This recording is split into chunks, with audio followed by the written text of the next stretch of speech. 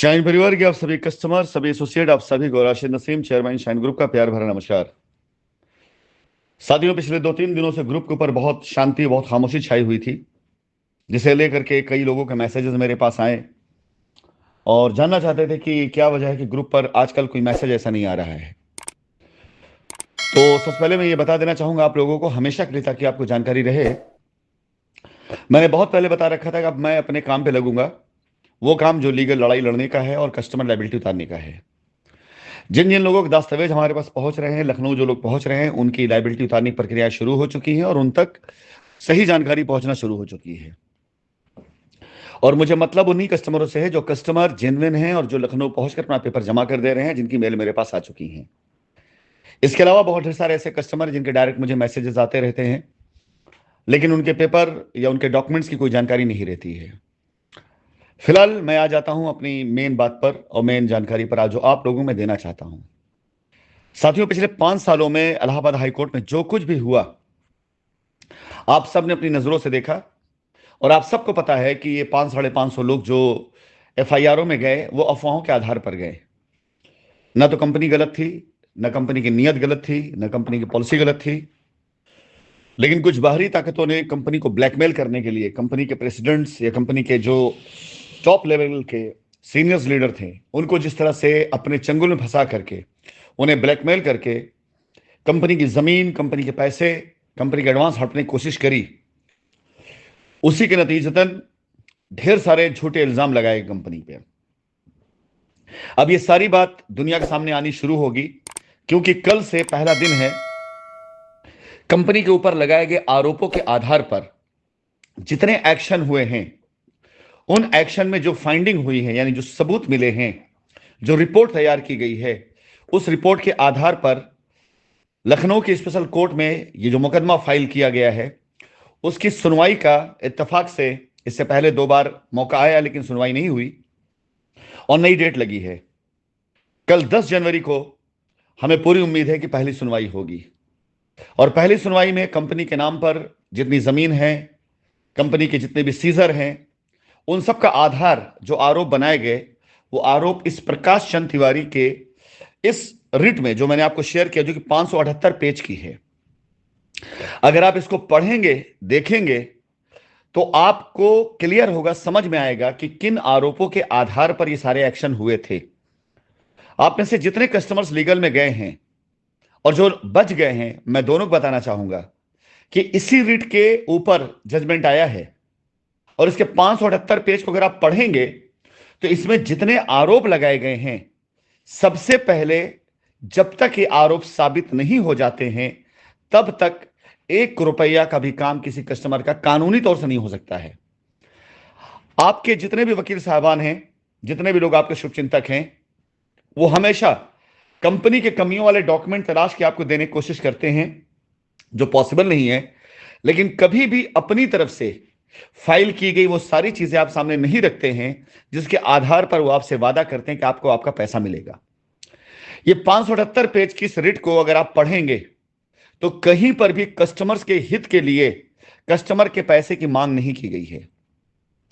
सिर्फ झूठे इल्जाम, 68,000 करोड़ का स्कैम, लंदन में ऑफिस, मेहुल चौक के साथ पार्टनरशिप, ह्यूमन ट्रैफिकिंग और न जाने कितने तरह के आरोप इसने लगाए गए। आप खुद इसको पढ़ें और आपको खुद समझ में आ जाएगा कि क्या ये आरोप जो लगाया इन्होंने, क्या इस आरोप में कोई आरोप साबित हुआ। और जब आरोप ही नहीं साबित होगा तो फिर कंपनी आरोपी बनेगी नहीं। जब कंपनी आरोपी बनेगी नहीं तो जितने एक्शन और जितने ऑर्डर हुए हैं, वो सब के सब खारिज होंगे। और जब कंपनी के ऊपर लगाया गया आरोप क्या था, जिसकी वजह से हमारी सारी जमीनें सीज की गई, वो आरोप था 68,000 करोड़ रुपए का स्कैम।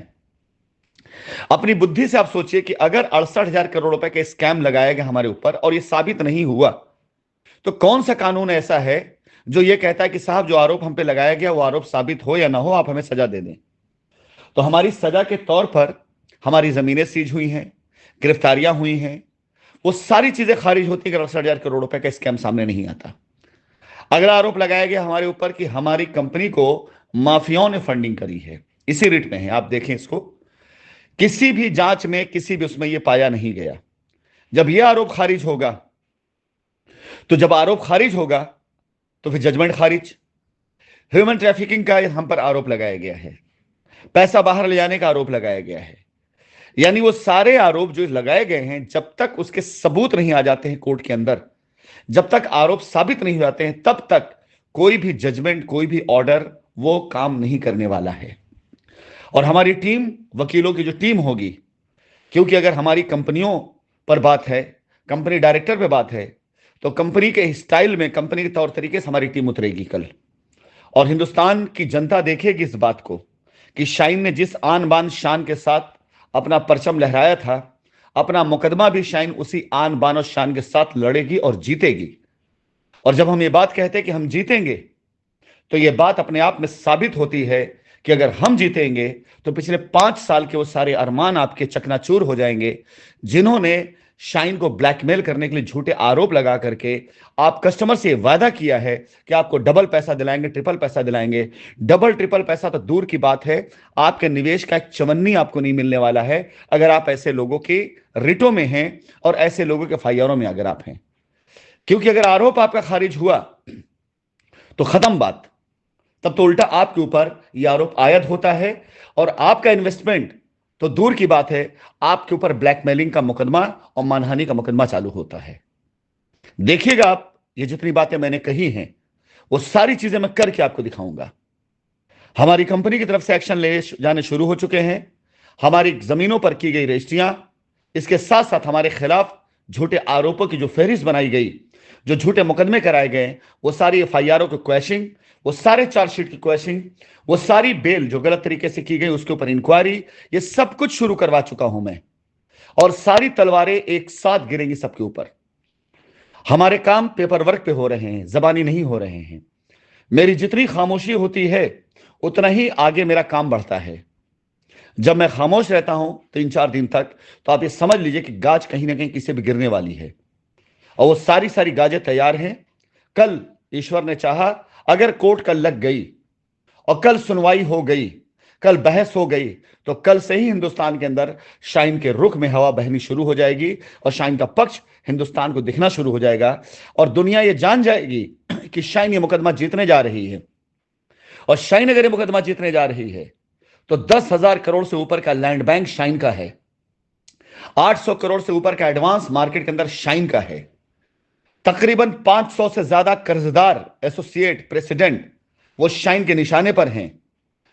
वो सारे सारे किसान जिन्होंने कंपनी से पैसा ले रखा है, ईडी ने उनके बयान ले लिए, उन्होंने मान रखा है कि हाँ पैसा कंपनी का है, वो सारा पैसा कंपनी को लौट करके आना है। और शाइन के पास अगर उसकी जमीन होगी, उसके कस्टमर का डेटा होगा, उसका सब कुछ शाइन के पास अगर होगा, तो हिंदुस्तान में शाइन एक बार फिर से शान के साथ अपना काम करेगी। और इस बार हम आपको यह दिखाएंगे कि काम कैसे किया जाता है। और काम जो टैलेंट से बनता है, जो हुनर से बनता है, जो किसी की भीख में नहीं बल्कि अपनी मेहनत, अपनी कुर्बानियों से बनाया जाता है, वो काम कभी मर नहीं सकता है। अगर हुनर आपके अंदर है और आपने अपने काम को अपने हुनर से बनाया है, तो आपका हुनर कोई छीन नहीं सकता है। और इसका एग्जाम्पल बचपन से हम मधुमक्खी को लेकर सुनते चले आ रहे हैं कि लोग मधुमक्खी के छत्ते में से शहद चुरा सकते हैं, लेकिन मधुमक्खी का शहद बनाने का हुनर नहीं चुरा सकते हैं। तो राशिद नसीम, शाइन परिवार और शाइन मैनेजमेंट अपने हुनर से, अपनी हिम्मत से, अपनी ताकत से, अपनी सलाहियत से, अपनी एजुकेशन से यहां तक पहुंचा है, किसी के एहसानों पर नहीं पहुंचा है। और आज ये लड़ाई जो हमने लड़ी है वो अपने बूते पे लड़ी है और हम इसे अब जीत के दिखाएंगे और शाइन को हिंदुस्तान के अंदर वापस ला के दिखाएंगे। प्रकाश चंद तिवारी की इस रिट को आप जरूर पढ़िएगा, खासकर वो कस्टमर जरूर पढ़ें जिन्हें बड़ी खुशी इस बात की हुई कंपनी उनका पैसा मिलने जा रही है, ईडी पैसा देने जा रही है। इसी रिट पर आदेश आया है और इस रिट में लगाए गए आरोप जब तक साबित नहीं होते हैं तब तक एक चवन्नी किसी को नहीं मिलने वाली है।